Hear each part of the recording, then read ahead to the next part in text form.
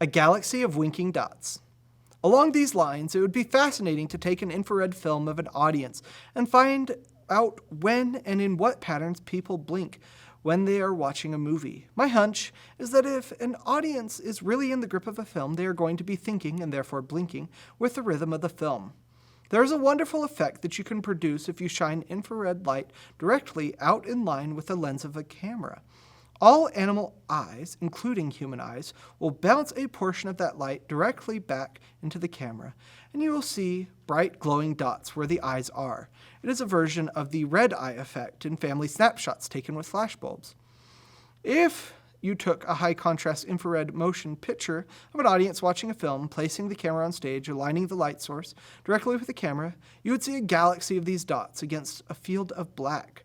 And when someone in the audience blinked, you would see momentary interruption in a pair of these dots.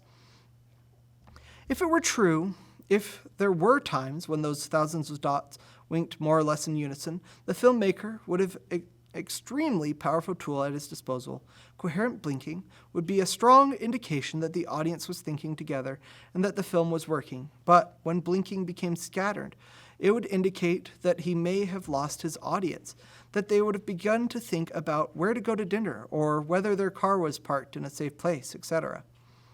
When people are deeply in a film, you'll notice that nobody coughs at certain moments, even though they may have a cold. If the coughing was purely an autonomic response to smoke or congestion, it would be randomly constant, no matter what was happening on screen. But the audience holds back at certain moments, and I'm suggesting that blinking is something like coughing in this sense. There is famous live recordings of pianist Sviatoslav Richter playing Mussorgsky's Picture at an exhibition during a flu epidemic in Bulgaria many years ago. It is just as plain as day to see what's going on.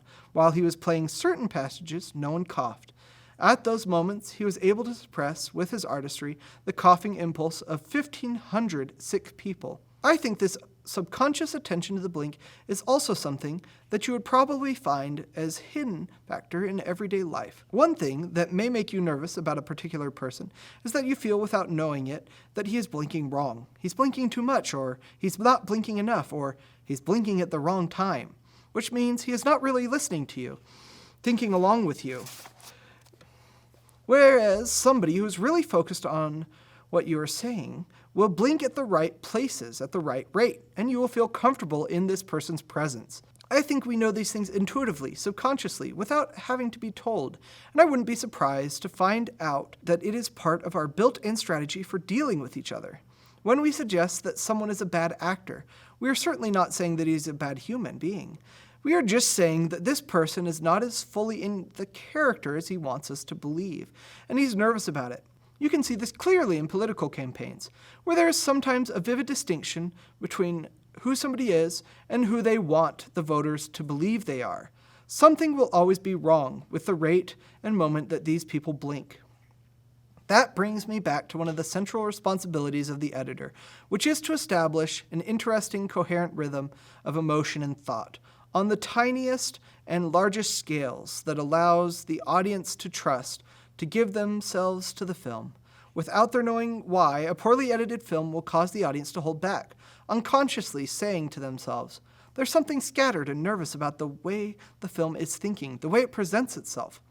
I don't want to think that way, therefore I'm not going to give as much of myself to the film as I might. Whereas a good film that is well edited seems like an exciting extension and elaboration of the audience's own feelings and thoughts, and they will therefore give themselves to it as it gives itself to them.